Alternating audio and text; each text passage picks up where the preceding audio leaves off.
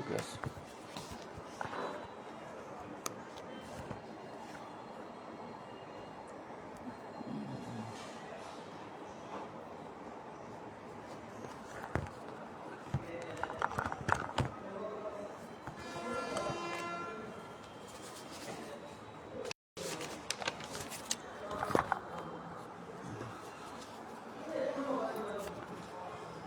আসসালামু আলাইকুম রহমতুল্লাহি ওয়া বারাকাতুহু।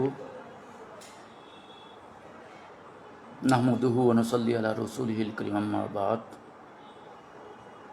আলহামদুলিল্লাহি রাব্বিল আলামিন ওয়াসসালাতু ওয়াসসালামু আলা সাইয়্যিদিল আমবিয়াই ওয়াল মুরসালিন ওয়া আলা আলিহি ওয়া সাহবিহি আজমাইন। আশা করি আপনারা সবাই ভালো আছেন। আজ আমাদের আলোচনার বিষয় পূর্ববর্তী ধর্মগ্রন্থসমূহে রাসূল সাল্লাল্লাহু আলাইহি ওয়াসাল্লামের আগমনের ভবিষ্যৎবাণীসমূহ। নবী মুহাম্মদ সাল্লাল্লাহু আলাইহি ওয়াসাল্লামের আগমন ছিল শুধু আরবদের কাছে নয়, বরং পূর্ববর্তী সব জাতি, সকল ধর্মীয় গ্রন্থ, সকল নবীর কাছে পূর্ব ঘোষিত এক পরম সুসংবাদ। আজ আমরা দেখব তাওরাতে কি ভবিষ্যৎবাণী ছিল, জবুরে কি উল্লেখ আছে, ইনজিলে কি সুসংবাদ দেওয়া হয়েছে, আর এগুলোর সাথে নবী মুহাম্মদ সাল্লাল্লাহু আলাইহি ওয়াসাল্লামের জীবন কত গভীরভাবে মিলে যায়। তাওরাতে রাসূল সাল্লাল্লাহু আলাইহি ওয়াসাল্লামের আগমনের ভবিষ্যৎবাণী। তাওরাত বলতে এখন আমরা ওল্ড টেস্টামেন্ট, যেহেতু আমরা মুসলমান হিসেবে বিশ্বাস করি পূর্ববর্তী যে আসমানি ধর্মগ্রন্থসমূহ, যেগুলো মূলত আদিয়ানে সামাবিয়া এবং কুতুবে সামাবি, ঐশী গ্রন্থ যেগুলো বলি, আমরা মুসলমান হিসেবে বিশ্বাস করি, এগুলো বিকৃত হয়ে গেছে। তারপরেও এখন যে বাইবেল, ওল্ড টেস্টামেন্ট এবং নিউ টেস্টামেন্ট নামে যেগুলো বিদ্যমান আছে, এই বিকৃত বাইবেল, ওল্ড টেস্টামেন্ট এবং নিউ টেস্টামেন্ট, এটা অ্যারাবিক ভার্সন বা ইংলিশ ভার্সন বা বেঙ্গলি ভার্সন, এখানে যে তাদের শ্লোকগুলো আছে, এখানে আমরা বিশ্বাস করি প্রায় এগুলো বিকৃত হয়েছে। তারপরে কিছু কিছু কিছু কিছু এমন শ্লোক আছে যেগুলো আমাদের কোরআন হাদিসের বাণীর সাথে কিছুটা সামঞ্জস্যপূর্ণ। এগুলো নিয়ে মূলত আমাদের আলোচনা। তো এখানে আমরা যখন বলবো তাওরাত, এই তাওরাত মানে বুঝতে হবে ওল্ড টেস্টামেন্টের একটা অংশ। এখানে ওল্ড টেস্টামেন্টে বেশ কিছু অধ্যায় আছে, বেশ কিছু পার্ট আছে। তেমনি জবুর পূর্ববর্তী নবীদের গ্রন্থ বলে, এখানে কিছু ওল্ড টেস্টামেন্টের পার্ট আছে। এখানে জবুর নামে কিছু অধ্যায় আছে। এগুলো নিয়ে আমরা এখানে আলোচনা করব এবং ওখান থেকেও আমরা দেখতে পাই যে কোরআন হাদিসের বাণীর সাথে কিছু কিছু সামঞ্জস্য এখানে আছে। তাহলে তাওরাত, ওল্ড টেস্টামেন্ট যে তাওরাত নামে, যেগুলো হযরত মূসার বাণী নামে যেগুলো এখানে প্রচলিত, এখানে কিছু আমরা রসুলের আগমনের কিছু ভবিষ্যৎবাণী আমরা খুঁজে পাই। এখানে এই তাওরাতে যে এটি ওল্ড টেস্টামেন্টের হাবাক্কুক অধ্যায় থেকে নেওয়া হয়েছে। এখানে বলা হয়েছে যে আরবিক ভার্সন, যা আল্লাহু মিন তিমানা ওয়াল কুদ্দুস মিন জবলি ফারান, আল্লাহ থেমান থেকে আগমন করলেন এবং পবিত্র জন ফারান পর্বত থেকে উদ্ভাসিত হলেন। অর্থাৎ আল্লাহ তেইমান থেকে এলেন এবং পবিত্র জন এলেন ফারান পাহাড় থেকে। এখানে যে ফারান বলতে এটা মক্কা বোঝানো হয়ে থাকে এই ফারান বাক্যের মধ্যে। তেইমান বলা হয়ে থাকে মদিনা অঞ্চলের দক্ষিণ এলাকা। ইসলামী ও ইহুদি ঐতিহাসিক রেফারেন্স অনুযায়ী ফারান মক্কা ও তার পার্বত্য অঞ্চলকে বোঝানো হয়ে থাকে। এটি সেই স্থান যেখানে ইসমাইল আলাইহিস সালাম বসতি স্থাপন করেছিলেন। অর্থাৎ যে নবী আসবেন তার আবাস হবে মক্কা, হিজরত হবে তেইমান বা মদিনার দিকে। এটি একমাত্র মুহাম্মদ সাল্লাল্লাহু আলাইহি ওয়াসাল্লামের জীবনের সাথে সম্পূর্ণ মিলে যায়। যেহেতু রসুলের জন্ম এই মক্কায় এবং ইসমাইলি বংশধারা থাকে, হযরত ইসমাইল আলাইহিস সালাম যেখানে বসতি স্থাপন করেছিলেন মক্কা ও তার পার্বত্য অঞ্চল, সেই তেইমান থেকে তিনি উদ্ভাসিত হবেন এবং তিনি মদিনার দিকে হিজরত করবেন। এটা যেহেতু দেখা যাচ্ছে এটা রাসূলের জীবনের সাথে সম্পূর্ণভাবে সামঞ্জস্যপূর্ণ এবং এটা মিলে যায়। এবং দ্বিতীয় আরেকটা বিষয়, ওল্ড টেস্টামেন্টের ডিউটারোনমি অধ্যায়ে বলা হয়েছে যে শেষ নবী যিনি আসবেন তিনি হবেন হযরত মূসা আলাইহিস সালামের মতো একজন নবী। এবং এখানে আরবি উদ্ধৃতিতে বলা হয়েছে, আরবিক ভার্সন ওল্ড টেস্টামেন্ট, নবিয়ান মিন ওয়াসাতি ইখওয়াতিকুম মিসলি ইউকিমুহুল্লাহু লাকুম ওয়াজআলু কালামি ফি ফামিহি। তোমাদের ভাইদের মধ্য থেকে আমার মতো একজন নবী আল্লাহ উঠাবেন, আল্লাহ আগমন করাবেন, আমি আমার বাণী তার মুখে দেব। তাহলে এখানে বলা হয়েছে নবিয়্যাম মিন ওয়াসাতি ইখওয়াতিকুম, তোমাদের ভাইদের মধ্য থেকে একজন নবী, মিসলি তিনি আমার মতন হবেন। তাহলে এখানে হযরত মূসা আলাইহিস সালামের উদ্ধৃতি দিয়ে বলা হচ্ছে তোমাদের ভাই। তাহলে মূসা আলাইহিস সালাম তিনি বনি ইসরাইল বংশধারা থেকে আসছেন। আমরা যারা বনি ইসরাইল, বর্তমান যে ইহুদি জাতির সাথে মুসলমানদের কি সম্পর্ক? মূলত মুসলমান এবং ইহুদিরা পরস্পর হলো ভাই, কিন্তু সৎ ভাই। আমরা একই রক্তধারা থেকে আসছি। আমাদের পূর্বপুরুষ হযরত ইব্রাহিম আলাইহিস সালাম, যে হযরত ইব্রাহিম আলাইহিস সালামের দুই সন্তান ছিল, হযরত ইসমাইল আলাইহিস সালাম এবং হযরত ইসহাক আলাইহিস সালাম। হযরত ইব্রাহিম আলাইহিস সালামের দুই সহধর্মিণী, একজন হলেন হযরত হাজরা আলাইহিস সালাম এবং আরেকজন হলেন সারা আলাইহিস সালাম। হাজরার গর্ভে এসেছিলেন হযরত ইসমাইল আলাইহিস সালাম এবং সারার গর্ভে এসেছিলেন হযরত ইসহাক আলাইহিস সালাম। তাহলে হযরত ইসহাক আলাইহিস সালামের বংশধারা থাকি। ইসহাকের ছেলের নাম ইয়াকুব আলাইহিস সালাম। ইয়াকুব আলাইহিস সালামের অপর নাম ছিল ইসরাইল। তাহলে ইয়াকুবী বংশধারাকে বনি ইসরাইল বলা হয়ে থাকে। তাহলে এই বনি ইসরাইল থেকে হযরত মূসার জন্ম এবং ওখানে তিনি তাওরাত প্রাপ্ত হয়েছেন এবং এই তাওরাতের বিধান নিয়ে আল্লাহ বনি ইসরাইলের মধ্যে হাজার হাজার নবী প্রেরণ করেছেন। দ্বিতীয়ত, এবং হযরত ইসমাইল আলাইহিস সালাম তিনি হযরত ইব্রাহিম আলাইহিস সালামের সন্তান, তার বংশধারা থেকে আসছেন হযরত মুহাম্মদ সাল্লাল্লাহু আলাইহি ওয়াসাল্লাম। তাহলে ইসহাক এবং ইসমাইল তারা সৎ ভাই, তাহলে আমাদের রক্তধারা একই। তাহলে ইসহাক থেকে বনি ইসরাইলি দ্বারা আসছে, ওখান থেকে তাওরাত আসছে, তাওরাতি বিধানের উপর ইহুদি ধর্মের উৎপত্তি, এটাও আসমানি ধর্ম। এবং বনি ইসরাইলের সর্বশেষ নবী ছিলেন হযরত ঈসা আলাইহিস সালাম, তার উপর ইনজিল অবতীর্ণ হয়েছে। তাহলে তার থেকে ঈসাই ধর্ম তথা নাসরানিয়া ধর্ম, এটাও আসমানি ধর্ম এবং এটাও আসমানি গ্রন্থ। এই জন্য ইসলাম ধর্ম, খ্রিস্টান ধর্ম, ইহুদি ধর্ম, তিন ধর্মেরই একজন মহান পুরুষ, পূর্বপুরুষ, তিনি হলেন হযরত ইব্রাহিম আলাইহিস সালাম। তাহলে ইব্রাহিমের দ্বারা থেকে তিনটা ধর্মের উৎপত্তি, ইহুদি ধর্ম, খ্রিস্টান ধর্ম এবং দিনে মোহাম্মদী, যেটাকে আমরা ইসলাম ধর্ম বলি, 3টা ধর্মের উৎপত্তি।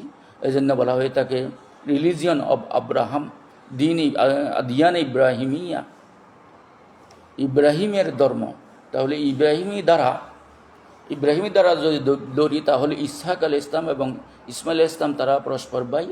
তাহলে ইসমাইলি বংশধারা থেকে যারা মুসলমান উম্মতে মোহাম্মদী, তারা মূলত ইসরায়েলি তথা ইহুদিদের ভাই। তাহলে এখানে এই বাণীতে বলা হয়েছে, তোমাদের ভাইদের মধ্য থেকে একজন নবী আসবে, যিনি আমার মতন হবেন, নবিয়ান মিন ওয়াসাতি ইখওয়াতিকুম মিসলি। তোমাদের ভাইদের মধ্যে তথা সৎ ভাইদের মধ্য থেকে একজন নবী আসবেন, তিনি হবেন আমার মতো। হযরত মূসা আলাইহিস সালাম বলতেছেন, তাহলে আমার মতো বলেছেন।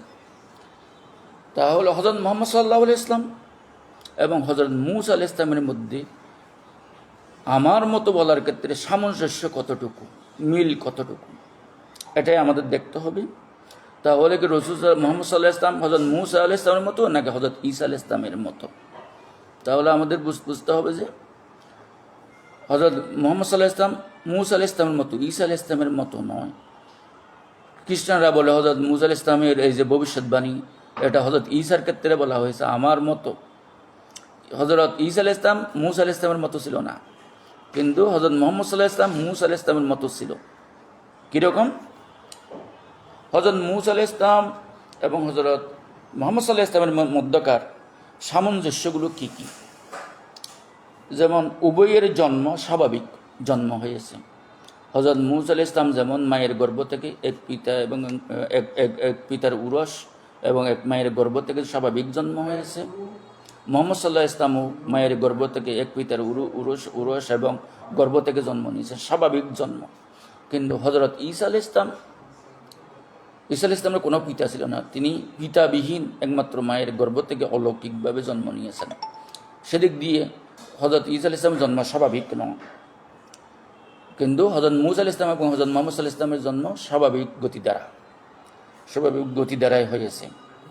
এবং হযরত মূসা আলাইহিস সালাম এবং হযরত মুহাম্মদ সাল্লাল্লাহু আলাইহি ওয়াসাল্লাম উভয়ই সংসার জীবন যাপন করেছেন, তাদের পরিবার ছিল, তারা বিয়ে করেছেন, সন্তানের অধিকারী হয়েছেন, সন্তানের পিতা হয়েছেন।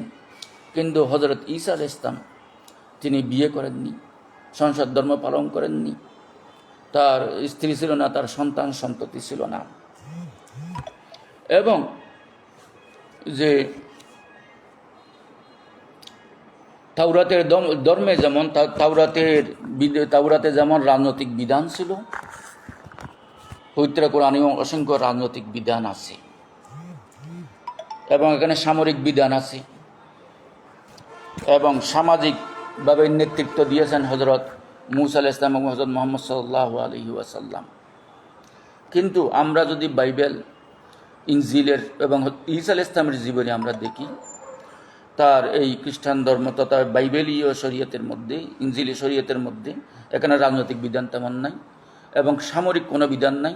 হযরত ঈসা আলাইহিস সালাম কখনো যে কোনো কারোর সাথে যুদ্ধ করেছেন, যুদ্ধে লিপ্ত হয়েছেন, তার কোনো বর্ণনা নাই। কিন্তু হযরত মূসা আলাইহিস সালাম যুদ্ধ করেছেন, ফেরাউনের সাথে যুদ্ধ করেছেন, অন্যান্য গোত্রের সাথে যুদ্ধ করেছেন এবং তিনি একটি রাষ্ট্রের রাষ্ট্রীয় কাঠামো দিয়েছেন এবং সামাজিকভাবে তিনি নেতৃত্ব দিয়েছেন।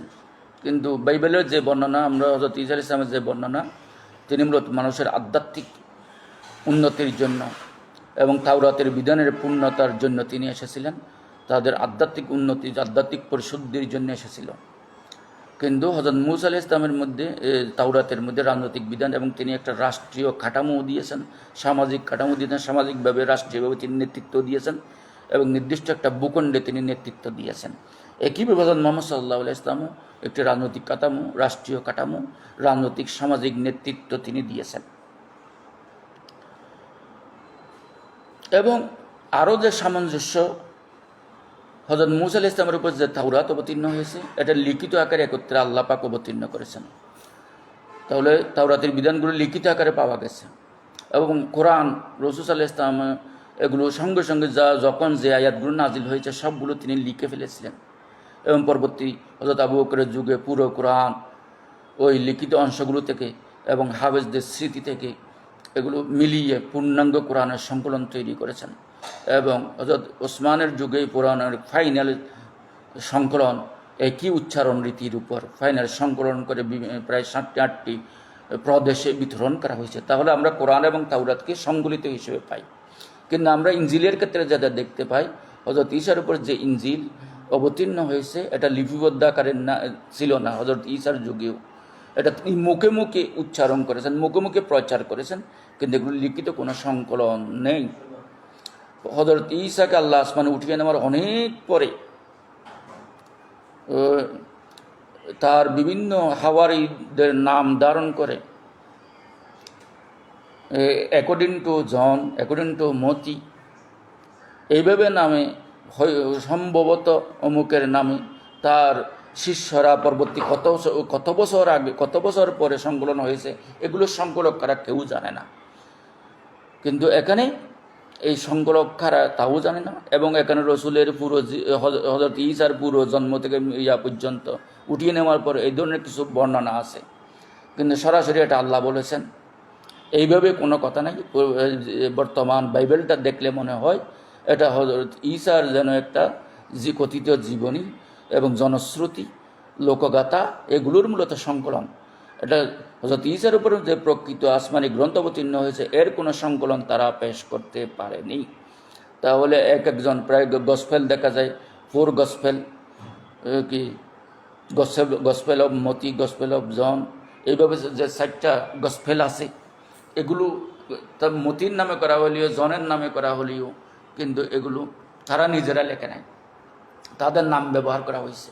তাহলে এখানে সরাসরি আল্লাহ বলেছেন এ ধরনের কোনো ইঙ্গিত নেই। এখানে হযরত ঈসার কিছু জীবনী, কিছু কার্যক্রম, কিছু কথাবার্তা, কিছু বক্তব্য, কিছু জনশ্রুতি এইভাবে কী করা হয়েছে। তাহলে এগুলো অনেক পরে তারা তাদের মতো করে অসংখ্য লেখকে এক একজন এক এক রকম লিখছে এবং এক এক গসপেলের সাথে এক এক গসপেলের বিরাট বৈপরীত্য দেখা যায়। তাহলে হযরত ঈসা আলাইহিস সালাম ইনজিলের কোনো লিখিত সংকলিত সংকলন তিনি রেখে যাননি। কিন্তু এই দুইটা কোরআন এবং তাওরাত হযরত মূসা আলাইহিস সালাম এবং হযরত মুহাম্মদ সাল্লাল্লাহু আলাইহি ওয়াসাল্লাম তার লিখিত রূপ আমরা দেখতে পাই। হ্যাঁ, তো পরবর্তীতে ইহুদিরা তাওরাতটা হারিয়ে ফেলেছে, তাদের উপর যে বাইতুল মুকদ্দাসের উপর বিভিন্ন সময় আক্রমণ হয়েছে, এই মূল গ্রন্থ তারা হারিয়ে ফেলেছিল। তারাও পরবর্তীতে এসে হযরত মূসার জীবনী সংকলন জনশ্রুতি নির্ভর কিছু তথাকথিত তাওরাত রচনা করেছে, কিন্তু মূল গ্রন্থ তারা হারিয়ে ফেলেছে। তো এদিক দিয়ে আমরা কিছু সামঞ্জস্য দেখতে পাই। তাহলে হযরত মূসা আলাদা কিতাব, আলাদা শরীয়ত নিয়ে এসেছেন, রাসূল সাল্লাল্লাহু আলাইহি ওয়াসাল্লাম আলাদা কিতাব, আলাদা আইন ও আলাদা শরীয়ত নিয়ে আসছেন। এবং হযরত রাসূল সাল্লাল্লাহু আলাইহি ওয়াসাল্লাম রাষ্ট্রীয় কাঠামো দিয়েছেন, রাষ্ট্র প্রতিষ্ঠা করেছেন, মদিনার কল্যাণ রাষ্ট্র। এবং হযরত মূসা আলাইহিস সালামও তাওরাতের শরীয়তের উপর রাষ্ট্র প্রতিষ্ঠা করেছেন। এবং হযরত মূসা আলাইহিস সালাম যুদ্ধ করেছেন, রাসূল সাল্লাল্লাহু আলাইহি ওয়াসাল্লাম প্রায় 22 থেকে 27টি সশরীরে যুদ্ধ করেছেন। রসুলের ইন্তেকালও স্বাভাবিক ইন্তেকাল এবং হযরত মূসা আলাইহিস সালামের ইন্তেকালও স্বাভাবিক ইন্তেকাল, কিন্তু হযরত ঈসা আলাইহিস সালামের ইন্তেকাল স্বাভাবিক ইন্তেকাল নয়, তাকে আল্লাহ উঠিয়ে নিয়ে গেছে। তাহলে হযরত মূসা আলাইহিস সালাম যে ভবিষ্যৎবাণী করেছেন, আমার মতোই তোমাদের ভাইদের মধ্যে থেকে একজন নবী আসবে, আমার বলতে মূলত তার এই যে সামঞ্জস্য সেটা হযরত মুহাম্মদ সাল্লাল্লাহু আলাইহি ওয়াসাল্লামের সাথে মিলে যায়, হযরত ঈসার সাথে মিলে না। তাহলে ইউকিমুহুল্লাহু লাকুম ওয়াজআল কালামি ফি ফামিহি, তোমাদের ভাইদের মধ্য থেকে তো আমার মতো একজন নবী আল্লাহ পাঠাবেন, আমি আমার বাণী তার মুখে দেব। তাহলে আমি যেই কথাগুলো বলে যাচ্ছি, মুহাম্মদ সাল্লাল্লাহু আলাইহি ওয়াসাল্লাম এসে একই কথা বলবেন, একই আসমানি আল্লাহর নির্দেশনাবলী মানুষদেরকে শোনাবেন, এই কথাটা তিনি বলেছেন। তাহলে তোমাদের ভাইরা বলতে ইসরায়েলিদের ভাই হলো ইসমাইলীয় আরব, এরা ইসরায়েলদের সৎ ভাই। আমার মতো মূসার মতো আইনপ্রাপ্ত নবী। এবং ইহুদিরা বলে থাকে, ইহুদিরা নিজেরা বলে থাকে যে শেষ নবী, the prophet can not be an Israelite, যে সর্বশেষ যে নবী আসবেন তিনি ইসরায়েলের অন্তর্ভুক্ত হবেন না, সরাসরি ইসরায়েলি বংশধারা থেকে, ইয়াকুবি বংশধারা, ইসহাকি বংশধারা থেকে আসবে না।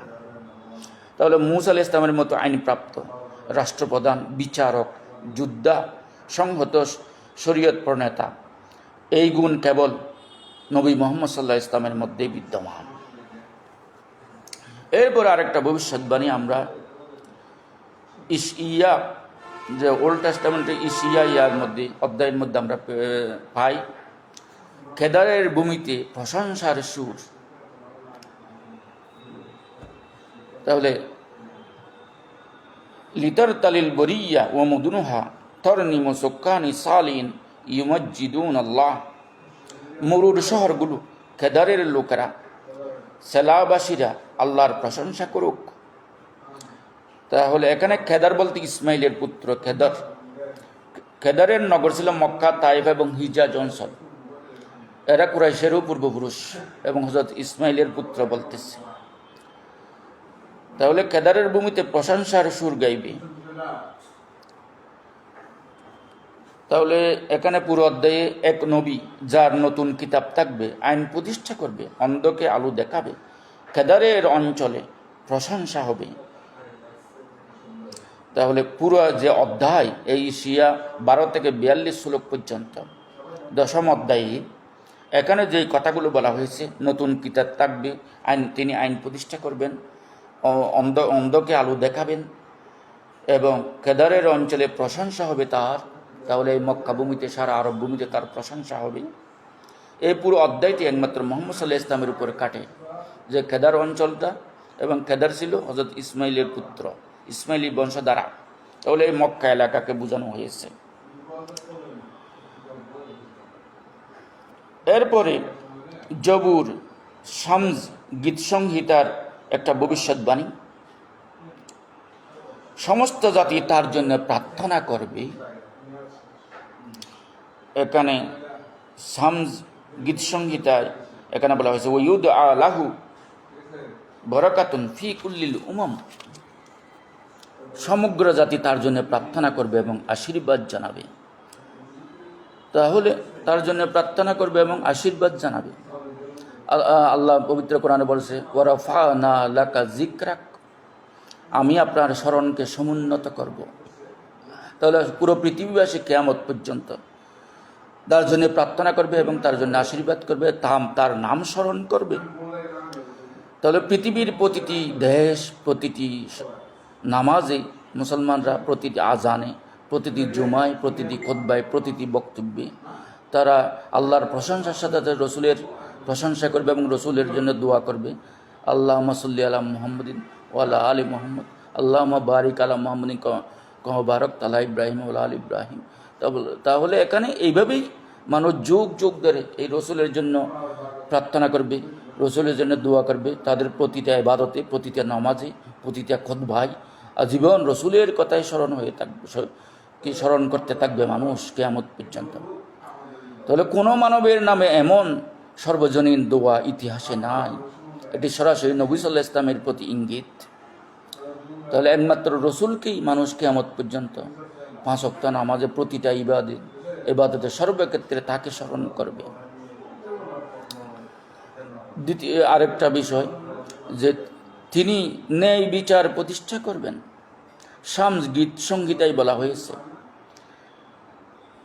যে এর রাষ্ট্র ব্যবস্থার সংবিধান, তিনি একটা ন্যায় বিচার প্রতিষ্ঠা করবেন, এমন একটা সমাজ প্রতিষ্ঠা করবেন যেখানে ন্যায় প্রতিষ্ঠা করবেন তিনি, এবং একটা রাষ্ট্রীয় কাঠামো দিবেন, এবং তিনি একটা সংবিধান তিনি প্রণয়ন করবেন।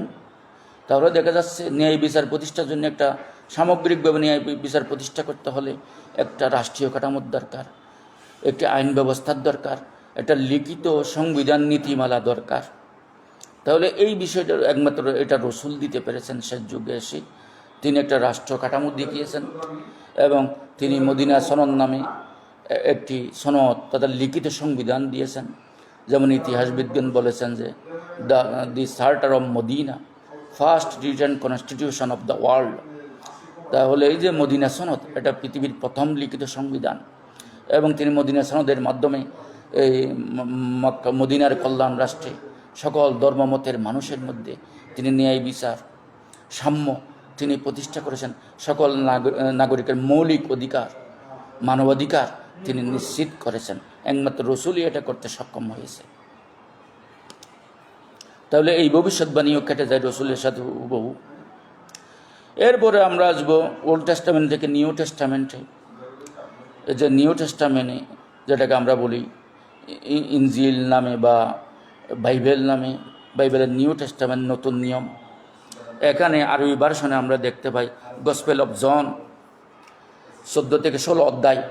এখানে অ্যারাবিক ভার্সন, লিয়াম কুসাম আকুমিল আবদি ওয়ানা উতিকুম আল ফারাকলিত, আমি তোমাদের জন্য এমন একজনকে পাঠাবো যিনি সর্বদা তোমাদের সঙ্গে থাকবেন, সেই ফারাকলিত অর্থাৎ সাহায্যকারী, সমর্থনকারী, পথপ্রদর্শক। তাহলে এই যে প্রাকলিত যে শব্দটা, এটা মূলত গ্রিক পেরিক্লিয়টস থেকে এসেছে। প্রাকলিত হাইলি প্রাইসড ওয়ান, অর্থাৎ যিনি অধিক প্রশংসিত, তাকে বলা হয় প্রাকলিত। যার আরবি প্রতিশব্দ মোহাম্মদ, আহমদ। এইভাবে আমরা অধিক প্রশংসিত হিসেবে যাকে আমরা করি, তার আরও অর্থ আছে প্রাকলিতর সাহায্যকারী, সমর্থনকারী, পথ প্রদর্শক। এই অর্থেও প্রাকলিত শব্দ ব্যবহৃত হয়। কিন্তু গ্রিক প্রিকাইলিয়টস এই শব্দটা হাইলি প্রেইজড ওয়ান অর্থে ব্যবহৃত হয়। এবং হযরত ঈসা আলাইহিস সালাম নিজেই তো ভবিষ্যৎবাণী করেছেন যে মুহাম্মদ এবং মুহাম্মদ তথা রসুলের যে নাম, রসুল যে আসবেন শেষ নবী, তার নাম আহমদ হবে, তিনি প্রশংসিত। আহমদ, মুহাম্মদ নামটা অধিক প্রশংসিত। সেই হিসেবে হযরত ঈসা আলাইহিস সালাম বলেছেন, ওই যে কালা ঈসা ইবনে মরিয়ম ইয়া বনি ইসরাঈল ইন্নী রাসূলুল্লাহি ইলাইকুম মুসাদ্দিকাল লিমা বাইনা ইয়াদাইয়া মিনাত তাওরাত ওয়া মুবাশশিরাম বিরাসূলিন ইয়াতি মিন বাদি ইসমুহু আহমদ। তাহলে এখানে তিনি অধিক প্রশংসিত হযরত ঈসা আলাইহিস সালামও কোরআনের ভাষায় এটা ভবিষ্যৎবাণী করেছেন। এরপরে তাহলে তিনি আসবেন, তিনি কথা বলবেন, তিনি পথ দেখাবেন, তিনি ভবিষ্যৎ বলবেন, তিনি আমার সম্পর্কে সাক্ষ্য দেবেন। এটি ফেরেশতা নয়, পবিত্র আত্মা নয়, বরং একজন মানব, একজন রসূল।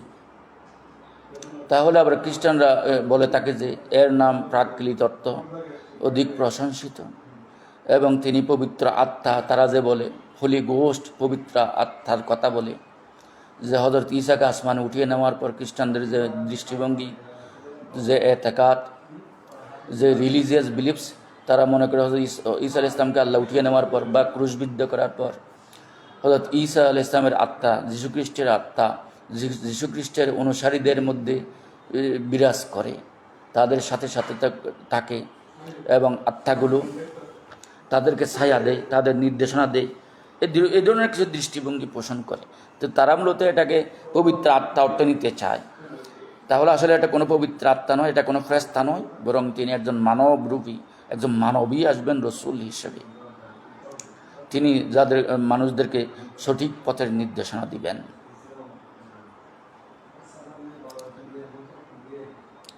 এবং হযরত ঈসা আলাইহিস সালাম তথা যীশুখ্রিস্ট, গসপেল অফ জন 16 থেকে 12-13, এখানে তিনি বলেছেন, আমি এখন সব কিছু বললাম না, তোমরা ধারণ করতে পারবে না। এরপর আমার পরে একটা সত্যের আত্মা আসবেন, তিনি তোমাদেরকে সর্বসত্যে নিয়ে যাবেন। আমার চলে যাওয়াটাই ভালো, আমি যদি চলে না যাই ওই সত্যের আত্মা আসতে পারবে না। এই ভবিষ্যৎবাণী তিনি করেছেন গসপেল অফ জনে। এখানে অ্যারাবিক ভার্সন, ওয়ালাকিন মাতাজারুল হক হুয়া ইউরশিদুকুম ইলা জমিল হক্কি, যখন সত্যের আত্মা আসবে তিনি তোমাদের পরিপূর্ণ সত্যের দিকে পরিচালিত করবেন।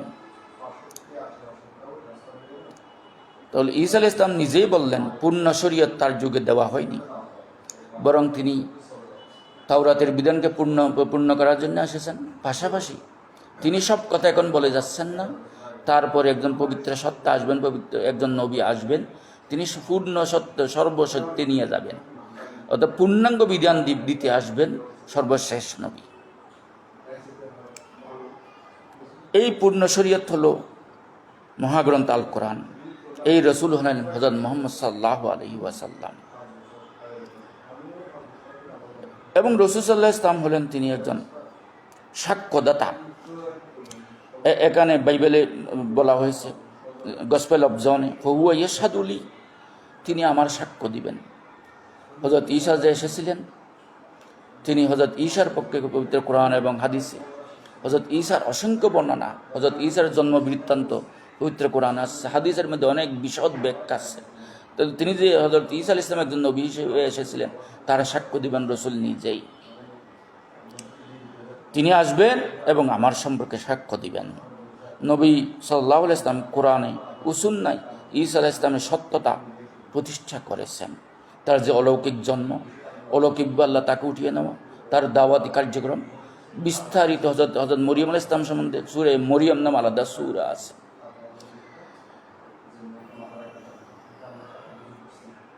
পৃথিবীতে সবচেয়ে বেশি যিনি ঈসা আলাইহিস সালামকে সম্মান করেছেন, তিনি হলেন হযরত মুহাম্মদ সাল্লাল্লাহু আলাইহি ওয়াসাল্লাম। এরপর অতিরিক্ত কিছু ঐতিহাসিক দলিল আমরা এখানে উপস্থাপন করছি। ইহুদি আলেমদের সাক্ষ্য, মদিনায় হিজরতের পূর্বে ইহুদি আলেম, আহবার, রহবান, তাদের যে ইহুদিদের পাদ্রী, ইহুদিদের আলেমরা, তারা বলতো করবা জামানু নবিয়্যিন ইউবআসুল আন, ইবনে হিশামের বর্ণনা, এক নবীর আগমন এখন নিকটবর্তী হয়েছে। তারা যে একজন নবী আসবেন এই মক্কা এলাকায়, তারা সেই নবীর জন্য অপেক্ষা করত। তারা তাদের পাদ্রীরা ইহুদি ধর্মীয় আলেম এবং খ্রিস্টান ধর্মীয় আলেম অনেকেই তারা ভবিষ্যৎবাণী করে গেছেন। যেমন হযরত সালমান ফার্সির ঘটনায়, সালমান ফার্সি রাদিয়াল্লাহু আনহু বেশ কিছু ইহুদি যে খ্রিস্টান ধর্মযাজকের গির্জায় গিয়ে দীর্ঘদিন সাধনা করেছেন একটা সত্যের সন্ধান পাওয়ার জন্য। তাহলে তিনি কয়েকজন ধর্মযাজকের শরণাপন্ন হওয়ার পর তাদের মধ্যে অসংখ্য অনিয়ম তিনি দেখতে পেলেন। সর্বশেষ যে ধর্মযাজকের তিনি শরণাপন্ন হয়েছিলেন, তিনি যে পারস্য থেকে পালিয়ে গিয়ে তিনি সত্যের সন্ধানে বের হয়েছিলেন, হযরত সালমান ফার্সি রাদিয়াল্লাহু আনহু। সত্যের সন্ধানে হযরত সালমান ফার্সি রাদিয়াল্লাহু আনহু এই বিষয়ে বইও আছে। এই বইতে বলছেন যে তিনি তার পূর্বপুরুষ, তার মা বাবারা তারা অগ্নি পূজারী ছিল। তার এই অগ্নি পূজারী, অগ্নি উপাসক, এই ধর্মীয় আচরণ, এই মজুসিদের আচরণ তার ভালো লাগতো না। বারবার তিনি বিভিন্ন খ্রিস্টান গির্জার কাছে গিয়ে সত্যের অনুসন্ধান করতেন। তার বাবা এটা ঠের পেয়ে তাকে বেঁধে রাখতেন, শিকল দিয়ে বেঁধে রাখতেন। শেষ পর্যন্ত ওই শিকল মুক্ত হয়ে একদিন পালিয়ে তিনি চলে আসছিলেন। তিনি তখন বিভিন্ন গির্জা, বিভিন্ন পাদ্রীদের শরণাপন্ন হলেন, তাদের গির্জায় অনেক দিন তিনি কাটালেন। কিন্তু অনেক গির্জার যারা পাদ্রী, তাদের মধ্যে অসততা, অনিয়ম তিনি দেখলে বলেন, তিনি হতাশ হলেন। সর্বশেষ যে পাদ্রী তিনি আশ্রয় নিয়েছিলেন, সেই পাদ্রী বলেছেন, আমি তো মরে যাব, আমি বেশি দিন বাঁচব না, আমি তোমাকে বলে যাচ্ছি এই মক্কা অঞ্চলে, আরব অঞ্চলে সর্বশেষ নবী আসবেন, তুমি তার তুমি তার অপেক্ষা করো, তুমি তাকে পাও কিনা দেখো, তাকে যদি পেলে তুমি তার অনুসরণ করবা। তিনি সেই উদ্দেশ্যে মক্কার উদ্দেশ্যে রওনা দিয়েছিলেন এবং তিনি একটা কাফেলার হাতে বন্দী হইয়ে গোলাম হিসেবে, দাস হিসেবে সর্বশেষ তিনি মদিনায় বিকৃত হয়ে গেছিলেন। এবং হিজরতের পরে রাসূল সাল্লাল্লাহু আলাইহি ওয়াসাল্লাম যখন মদিনায় আগমন করলেন, তিনি রসুলের সাথে সাক্ষাৎ করলেন এবং তার ধর্মযাজকরা রসুলের মধ্যে জন্য যে ভবিষ্যৎবাণীগুলো করেছিল, এখানে বলা হয়েছিল, সেই পাদ্রী বলেছিল এই নবী কখনো সদকা খাবেন না, তিনি হাদিয়া খাবেন। তিনি প্রথমে বললেন, কিছু খেজুর নিয়ে রসুলের দরবারে গেলেন, এগুলো আপনার জন্য সদকা। তখন তিনি বললেন, আমি তো সদকা খাই না। এরপর দিন আবার কিছু খেজুর নিয়ে গেলেন, তখন বললেন, ইয়া রাসূলুল্লাহ, এগুলো আপনার জন্য হাদিয়া। তখন তিনি হাদিয়া গ্রহণ করলেন। এরপরে তিনি রসুলের পিছনে পিছনে হাঁটলেন, বারবার দেখার চেষ্টা করলেন রসুলের পিঠ মুবারক। রসুল এটা ঠের পেয়ে রসুল পিঠের চাদর হালকা আলগা করে দিলেন, তখন উন্মুক্ত করে দিলেন। তখন তিনি দেখলেন রসুলের স্কন্দের মাঝখানে মোহরে নবুয়ত তিনি দেখতে পেলেন। এরপরে হযরত সালমান ফার্সি রসুলের উপর ঈমান আনলেন। তাহলে এই যে খ্রিস্টান ধর্মযাজকরা রসুলের ব্যাপারে ভবিষ্যৎবাণী করেছেন, তাহলে ইহুদি আলেমরা যেমন তারা অপেক্ষায় ছিল যে যে নবীর আগমনের আবির্ভাবের সময় নিকটবর্তী হয়েছে, তেমনি খ্রিস্টান পাদ্রীরাও এইভাবে তারা ভবিষ্যৎবাণী করে গেছেন। বার্নাবার যে ইঞ্জিল, যে বার্নাবা বলা হচ্ছে হযরত ঈসা আলাইহিস সালামের হাওয়ারিদের অন্যতম ছিল, এই ইঞ্জিলে বার্নাবা এখানে মুহাম্মদুর রাসূলুল্লাহ এই শব্দটা স্পষ্ট উল্লেখ ছিল। যদিও বা বর্তমান খ্রিস্টান সম্প্রদায় এই বার্নাবার ইঞ্জিলকে তারা গ্রহণ করে না। তারা অনেকে বলে থাকে যে এটা মুসলমানদের কোনো এক মুসলমানের রচিত, অথচ খ্রিস্টান ধর্মের বিভিন্ন ধর্মগ্রন্থে বার্নাবার নাম পাওয়া যায়।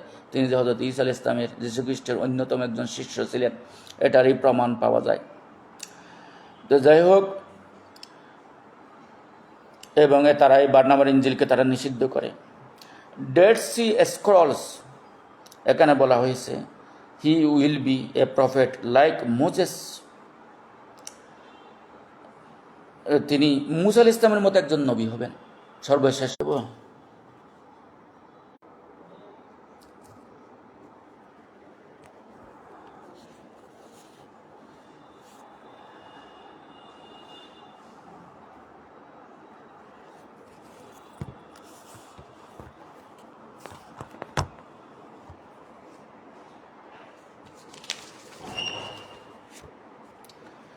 মাঝখানে একটু ডিস্টার্ব হয়েছে,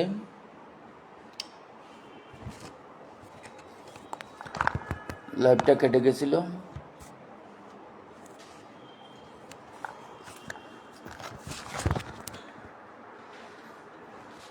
এরপরে আমরা যে বিষয়টা আলোচনা করব, ইসলামী দলিল। নবী সাল্লাল্লাহু আলাইহি ওয়াসাল্লাম নিজেই ভবিষ্যৎবাণীর ব্যাখ্যা দিয়েছেন। নবী সাল্লাল্লাহু আলাইহি ওয়াসাল্লাম নিজেই বলেছেন যে তার আগমনের যে ভবিষ্যৎবাণী, যে তার নবুয়তের পূর্বাভাস বা ভবিষ্যৎবাণী সমূহ নবী সাল্লাল্লাহু আলাইহি ওয়াসাল্লাম নিজেই বলেছেন। হাদিস শরীফের মধ্যে মুসনাদে আহমদ قال النبي صلى الله عليه وسلم أنا دعوة أبي إبراهيم وبشرى ঈসা ইবনে মরিয়ম, আমি ইব্রাহিম আলাইহিস সালামের দোয়া এবং হযরত ঈসা আলাইহিস সালামের সুসংবাদ। তাহলে রসুল যে আসবেন, হযরত আমাদের মুসলিম জাতির পিতা ইব্রাহিম আলাইহিস সালাম রসুলের জন্য দোয়া করেছিলেন, এবং রসুল যে আগমন করবেন তার জন্য হযরত ঈসা আলাইহিস সালাম ভবিষ্যৎবাণী করেছিলেন। এর কিছু প্রমাণ আমরা হযরত ইব্রাহিমের দোয়ার একটা এক্সাম্পল দিতে পারি। পবিত্র কোরআনে যেটা উল্লেখিত হয়েছে, রব্বানা ওয়াবাস ফীহিম রাসূলাম মিনহুম ইয়াতলু আলাইহিম আয়াতিক ওয়া ইউআল্লিমুহুমুল কিতাবা ওয়াল হিকমা ওয়া ইউযাক্কিহিম। এবং হযরত ইব্রাহিম আলাইহিস সালাম যখন কাবা নির্মাণ করলেন, তখন তিনি দোয়া করলেন, হে আল্লাহ, হে আমার প্রভু, ওয়াবাস ফীহিম রাসূলাম মিনহুম, আপনি তাদের মধ্যে একজন রসুল প্রেরণ করেন, তাদের মধ্য থেকে একজন রসুল প্রেরণ করেন, ইয়াতলু আলাইহিম আয়াতিক, যারা আপনার আয়াতকে তালাওয়াত করবে, ওয়া ইউআল্লিমুহুমুল কিতাবা ওয়াল হিকমা, এবং তিনি তাদেরকে কিতাব, আল্লাহর কিতাব এবং হিকমত তথা সুন্নাহ শিক্ষা দিবেন, ওয়া ইউযাক্কিহিম, এবং তাদেরকে যাতে স্পিরিচুয়ালি, আধ্যাত্মিকভাবে যাতে পরিশুদ্ধ করতে পারেন। এরপর হযরত ইব্রাহিম আলাইহিস সালাম আরো দোয়া করেছেন, রব্বানা ওয়াজআলনা মুসলিমাইনি লাক ওয়া মিন যুররিয়াতিনা উম্মাতাম মুসলিমাতান লাক, হে আমাদের প্রভু, আমাদের দুজনকে আপনার অনুগত করুন, এবং আমাদের যে সন্তান সন্ততি, পরবর্তী প্রজন্ম, তাদের মধ্য থেকে একটি অনুগত জাতি, আপনার প্রতি আত্মসমর্পণকৃত জাতি তৈরি করুন। হযরত ইব্রাহিম আলাইহিস সালাম আরো দোয়া করেছিলেন, রব্বানা, আল্লাহর কাছে প্রার্থনা করছিলেন, রব্বানা ইন্নী আসকানতু মিন যুররিয়াতি বিওয়াদিন গায়রি জি যারইন ইনদা বাইতিকাল মুহাররম রব্বানা লিয়ুকিমুস সালাতা ফাজআল আফইদাতাম মিনান নাস তাহবি ইলাইহিম ওয়ারযুকহুম মিনাস সামারাত লাআল্লাহুম ইয়াশকুরুন। রব্বানা, হে আমার প্রভু, ইন্নী আসকানতু, আমি বসবাস করছি, মিন যুররিয়াতি, আমার পরিবার পরিজন, সন্তান সন্ততি নিয়ে, বিওয়াদিন, এমন এক উপত্যকায়, গায়রা জি যারইন, যেখানে কোনো চাষাবাদ হয় না, অনুর্বর একটা ভূমি, ইনদা বাইতিকাল মুহাররম, আপনার পবিত্র গৃহের পাশে। রব্বানা লিউকিমুস সালাত, হে আমার প্রভু, যাতে আমার সন্তান সন্ততির, আমার পরবর্তী বংশধর যাতে তারা নামাজ কায়েম করে। ফজাল আফিদাতাম মিনান নাস তাহবি ইলাইহিম, এবং মানুষের অন্তরগুলোকে এমনভাবে করে দিন যাতে তারা এই মক্কাভূমি, এই অঞ্চলের প্রতি তারা আকৃষ্ট হয়। ওয়ারজুকহুম মিনাস সামারাত, এবং তাদেরকে ফল ফলাদি দিয়ে জীবিকা দান করুন। লাআল্লাহুম ইয়াশকুরুন, যাতে তারা কৃতজ্ঞতা প্রকাশ করে। হযরত ঈসা আলাইহিস সালামের যে সুসংবাদ, এটা আমরা আলোচনা করেছি আগে। ওই যে কালা ঈসা ইবনে মরিয়ম, যখন হযরত ঈসা ইবনে মরিয়ম বললেন, ইয়া বনি ইসরাইল, হে বনি ইসরাইল, ইন্নী রাসূলুল্লাহি ইলাইকুম, নিশ্চয়ই আমি তোমাদের প্রতি রসুল হিসেবে আগমন করেছি। মুসাদ্দিকাল লিমা বাইনা ইয়াদাইয়া মিনাত তাওরাত, এবং তোমাদের সামনে যে তাওরাত আছে এটার আমি সত্যায়নকারী। ও মুবাশশিরান, এবং আমি সুসংবাদ দানকারী। বিরাসুলিন, এমন এক রাসূলের, ইয়াতি মিন বাদি, যিনি আমার পরে আসবেন, ইসমুহ আহমদ, যার নাম হবে আহমদ। তাহলে আমরা আজকের আলোচনায় দেখলাম, তাওরাত বলছে ফারান বা মক্কা থেকে নবী আসবেন। জবুর বলছে তার নামে দোয়ার ডল নেমে আসবে, পৃথিবীর সকল মানুষ তার জন্য দোয়া করবে, তার প্রার্থনা করবে, তার জন্য প্রার্থনা করবে, তার নাম স্মরণ করবে যুগ যুগ ধরে। ইনজিল বলছে প্রাকৃত বা সর্বপ্রশংসিত এবং পথপ্রদর্শক, সাহায্যকারী, সমর্থনকারী তিনি আসবেন। এবং আহমদ আসবেন, মুহাম্মদ সাল্লাল্লাহু আলাইহি ওয়াসাল্লাম আসবেন। ইহুদি খ্রিস্টান আলেমরা সর্বশেষ নবীর জন্য অপেক্ষা করছিলেন। শেষে মহান আল্লাহ পাঠালেন মুহাম্মদ সাল্লাল্লাহু আলাইহি ওয়াসাল্লাম, শেষ নবী, বিশ্বনবী সাল্লাল্লাহু আলাইহি ওয়াসাল্লামকে। আল্লাহুম্মা সাল্লি ওয়া সাল্লিম ওয়া বারিক আলা সাইয়্যিদিনা মুহাম্মাদিন ওয়া আলা আলিহি ওয়া সাহবিহি আজমাইন। আজকে লাইভে যেমন ডিস্টার্ব হলো, গতকাল লাইভেও একটু ডিস্টার্ব হয়েছে, একটু ব্যাঘাত ঘটেছে। গতকালের লাইভেও ব্যাঘাত ঘটেছিল। আমি গতকাল যে বিষয়টা আলোচনা করতে চাইছিলাম, আমার আলোচনা গতকাল শেষ করতে পারিনি। আমি বলতে চেয়েছিলাম, রসুল সাল্লাল্লাহু আলাইহি ওয়াসাল্লামের অভিপ্রায় ছিল যে রসুল যদি সময় পান, আল্লাহ যদি তাকে হায়াত দেন, তিনি অষ্টম হিজরিতে অভিপ্রায় ব্যক্ত করলেন, আল্লাহ যদি আমাকে হায়াত দেন, আরও কিছুদিন হায়াত দেন, তাহলে ভবিষ্যতে আমি বাইতুল্লাহকে, আল্লাহর ঘরকে হজরত ইব্রাহিম আলাইহিস সালামের মূল কাঠামোর উপর নিয়ে আসব।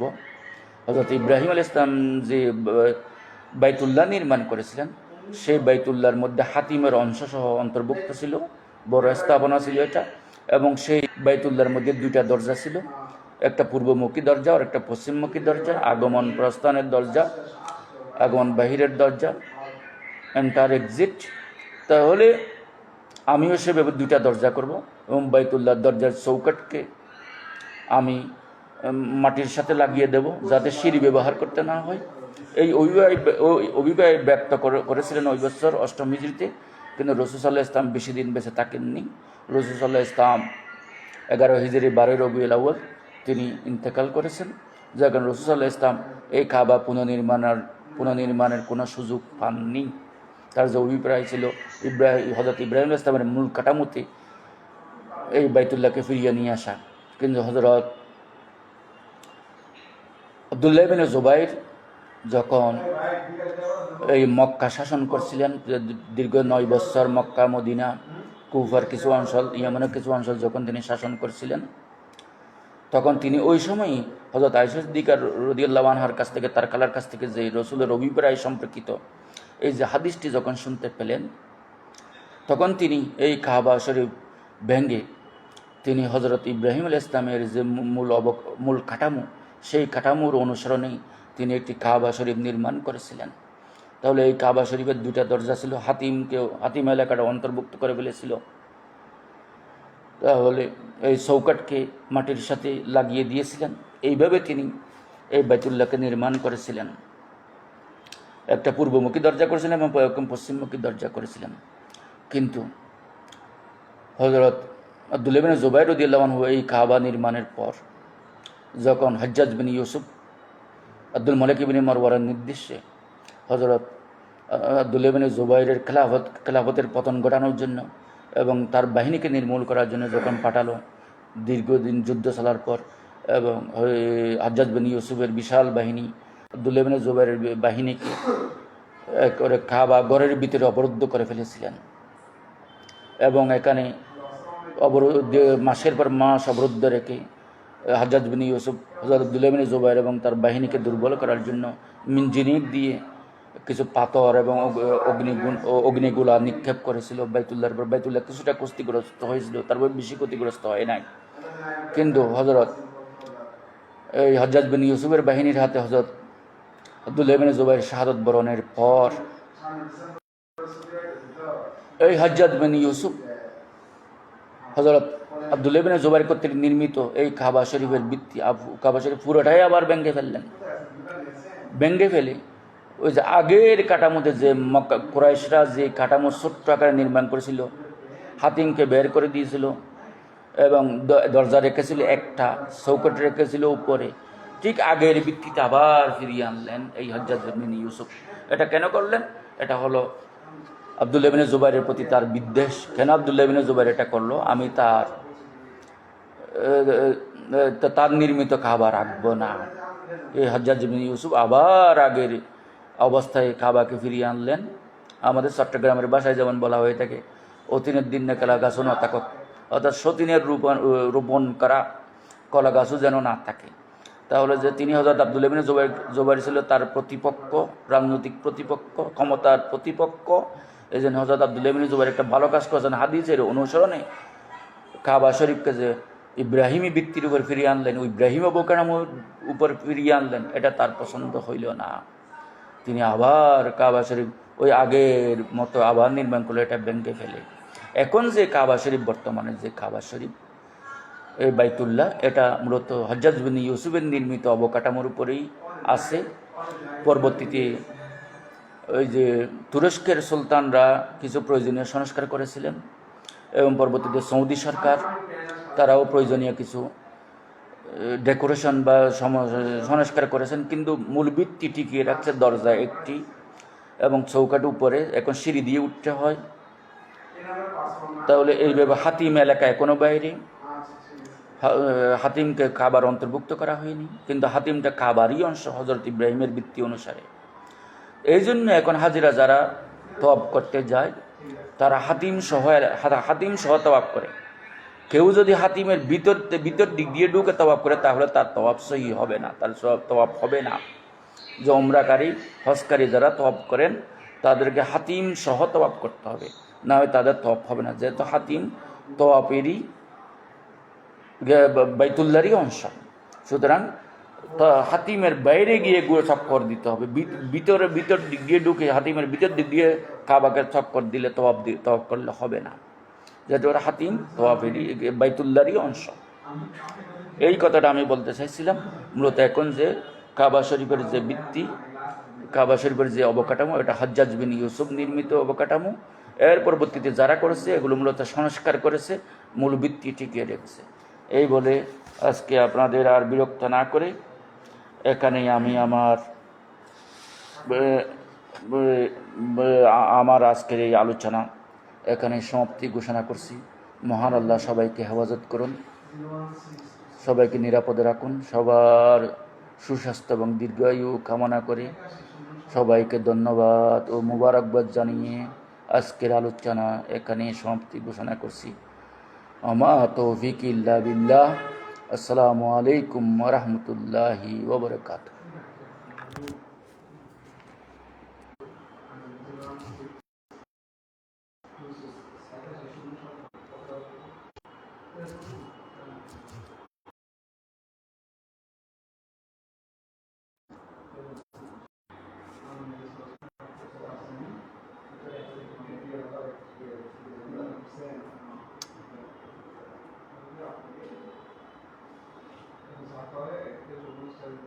শেষ হয় নাকি?